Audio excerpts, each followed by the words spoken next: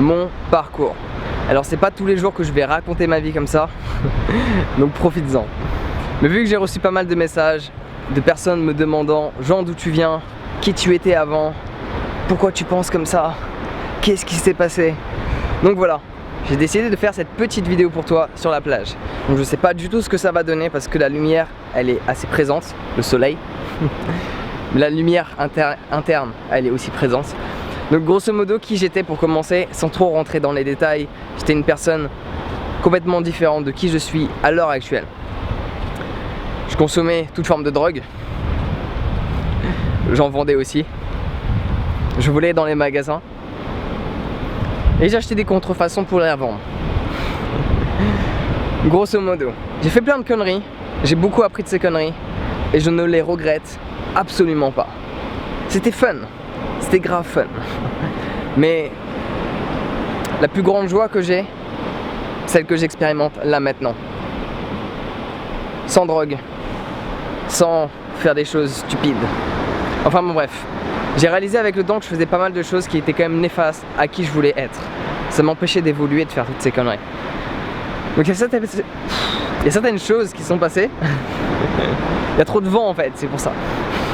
Il y a certaines choses qui se sont passées qui m'ont permis d'évoluer considérablement. La première, je dirais, c'est la musique. La première fois que j'ai acheté mon handpan, tu sais, l'instrument en métal qui fait des bruits aquatiques, je passais tellement de temps à pratiquer, je passais tellement de temps à jouer, que je passais plus de temps avec tous ces gens qui m'influençaient négativement. Donc ça m'a changé la vie en fait. Et outre le fait que cet instrument te rend zen, il te rend zen, du coup tu deviens zen et tu attires à toi des personnes qui sont zen également, qui font de la musique, quelque chose de similaire et tu commences à vivre dans un monde de bisounours, plus ou moins, parce que intérieurement il y avait toujours plein de problèmes, mais quand je jouais de mon instrument, que j'étais tout seul ou avec d'autres personnes, tout allait bien. Donc j'ai été plus entouré de toutes ces personnes qui étaient néfastes à qui je voulais être. Première chose qui a changé, la musique m'a énormément aidé. Deuxième chose, très utile, je dirais même la plus utile de tous, c'est le voyage. Le fait de voyager. Alors ça a commencé, le vrai voyage a commencé il y a plus de 4 ans, mais il y a 6 ans de cela, j'étais en BTS et durant les vacances, j'ai pris la décision à un moment donné, du jour au lendemain, à 2 jours près, de prendre un billet d'avion pour la Thaïlande. Tout seul, première fois que je partais tout seul dans un pays où je connais pas la langue, je parlais pas l'anglais, pas un mot, j'étais au point de dire water, manger, eat. C'était catastrophique.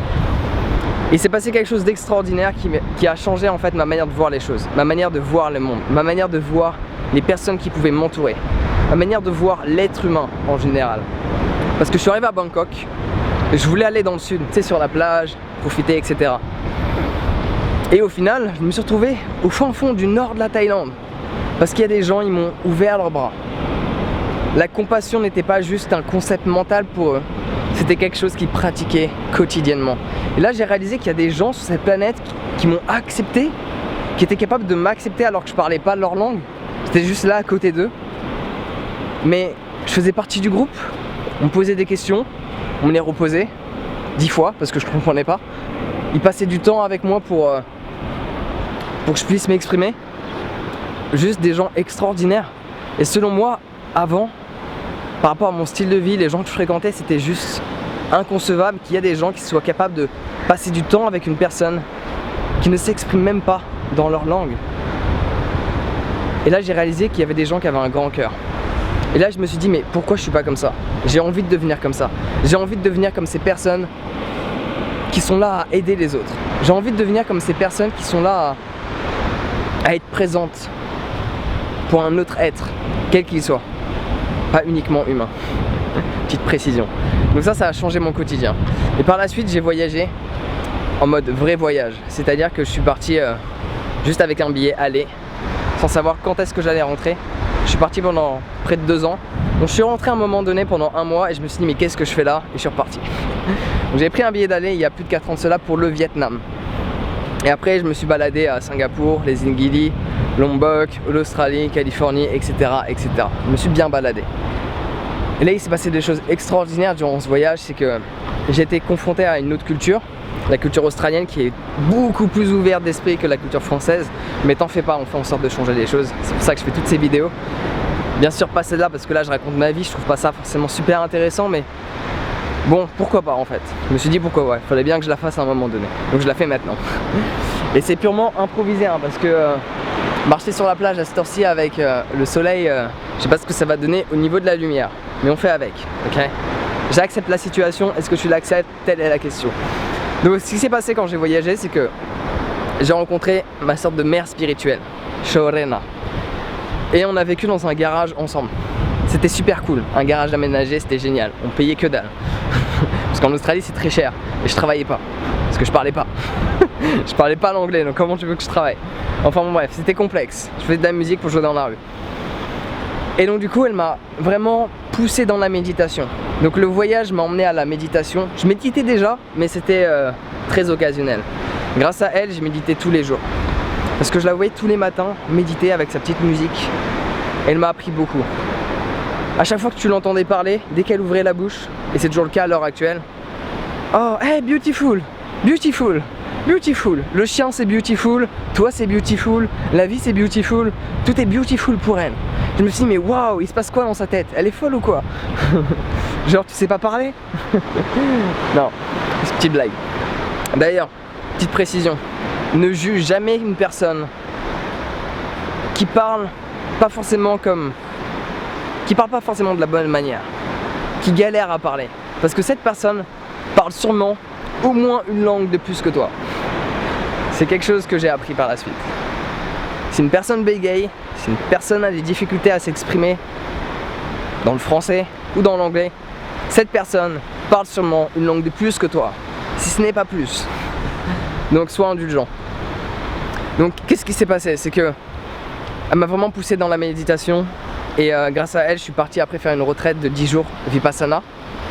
Ça a changé ma vie. C'est l'expérience la plus forte et la plus difficile que j'ai vécue à l'heure actuelle. 10 jours de retraite dans le silence. Tu regardes pas les gens, tu les touches pas, tu ne leur parles pas non plus. Tu es avec toi-même de 4h30 du matin à 9h du soir à méditer. C'est extraordinaire, je recommande à tout le monde de le faire. Mais bon, les gens ils préfèrent partir en vacances, être heureux pendant 10 jours, plutôt que prendre 10 jours pour être heureux une vie. Parfois la logique humaine, j'ai du mal à la comprendre. Enfin bref, je fais en sorte que ça change. Du moins, à mon humble niveau. Donc là, la lumière, ça devrait mieux aller parce qu'il y a des petits nuages. Je vais peut-être me cacher derrière les rochers là, ça ira mieux. Et donc j'ai commencé à méditer assez intensément, ça se dit, on va dire ça comme ça. Il y a une autre chose qui s'est passée, qui a littéralement changé ma vie. C'est tout simplement la nourriture. De base, je mangeais beaucoup de merde, faut dire ce qui est. Voilà, j'avais aucune notion de ce que c'était qu'une bonne alimentation, outre le fait que le bon goût dans la bouche. Mais quelque chose qui est bon en bouche ne veut pas dire que c'est bon pour ton organisme. C'est deux choses complètement différentes. Et donc à cette époque, j'ai rencontré Jamila, c'est ma sœur de cœur. C'est elle qui m'a montré Lentils as Anything. C'est un restaurant vegan par donation, cuisine indienne, extraordinaire. Et ce restaurant, en fait c'était très égoïste ma démarche à l'époque. C'est que j'ai mangé là-bas, j'ai mangé un dal. Première fois que je mangeais des lentilles et que j'aimais ça de ma vie. Et là je me suis dit waouh, je peux manger des lentilles et aimer ça. Je peux manger un plat, bon, vegan, mais je me suis dit végétarien et apprécier. Donc en fait ma démarche a été très égoïste parce que j'aimais bien le concept de devenir végétarien ou vegan à l'époque, ça me sortait de la tête. Mais j'aimais bien ce concept en fait, de devenir végétarien. Je me suis dit, ouais mais si j'aime pas, parce qu'à l'époque je mangeais pas de légumes, je mangeais quasiment pas de fruits. Aussi surprenant que cela puisse paraître, parce que maintenant c'est uniquement ce que je mange. Mais de base je mangeais pas tout ce qui était vert, ça me dégoûtait, les petits pois, les lentilles, c'était pâteux, ah, horrible. Je sais, cherche pas, n'essaie pas de comprendre. Moi aussi j'arrive pas à me comprendre, comment j'ai pu fonctionner comme ça. Donc n'essaie pas de me comprendre, c'est juste un petit détail qui sort de ma tête. Et là je me suis dit, ok, je peux essayer de devenir végétarien. Et c'est ce que j'ai fait. Alors au début je mangeais extrêmement mal, hein. Être végétarien ou être vegan ne veut pas dire être en bonne santé, ça veut juste dire que tu arrêtes de consommer certaines choses. Parce qu'au début quand j'étais végétarien, j'arrêtais pas de manger des œufs tous les jours. Bravo le taux de cholestérol, hein, c'est catastrophique.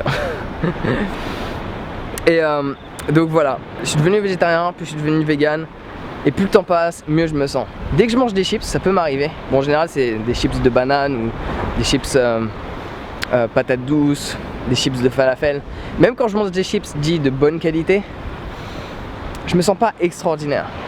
Dès que je mange de la mangue, dès que je mange une papaye, de l'ananas, je mange un repas indien, bon là c'est un peu lourd, mais sinon dès que je mange un fruit, je me sens revitalisé. Mieux tu te manges, mieux tu te sens. C'est quelque chose que j'ai eu du mal à comprendre, mais c'est totalement vrai et c'est extraordinaire. Mieux tu manges, mieux tu te sens. Aussi simple que cela. Dès que tu te sens pas bien, mange quelque chose de bon pour ton corps, pas pour ta bouche. Dans l'idéal tu peux combiner les deux, mais favorise toujours quelque chose qui est bon pour toi, pour ton corps, parce que tout ce qui va être bon pour ton corps va être bon pour ton esprit. Donc voilà les 4 choses qui ont changé ma vie, grosso modo. La musique, pour faire en sorte que je sorte de toutes mes fréquentations néfastes, parce que je pratiquais trop, donc tu peux faire ça avec quelque chose d'artistique ou avec la pure volonté de ton esprit. Moi c'est comme ça que j'ai fait, ça s'est fait inconsciemment. Autre chose qui s'est passé du coup, le voyage, la méditation et l'alimentation. Et une petite précision, c'est que j'ai vécu des galères aussi, faut pas croire que tout était rose. J'ai vécu des galères de solitude, je me suis retrouvé parfois durant de longtemps seul, parce que voilà, parce que je parlais pas. Et du coup j'étais seul. Et je boycottais les Français parce que mon point de vue c'était que si tu veux apprendre une langue, il faut pas rester avec les gens qui parlent ta langue. Sinon c'est la facilité et tu n'évolues pas. Donc je boycottais les Français, donc je préférais être seul, ne pas me sentir bien, plutôt que d'être entouré de certaines personnes et de pas progresser dans ce que je voulais faire.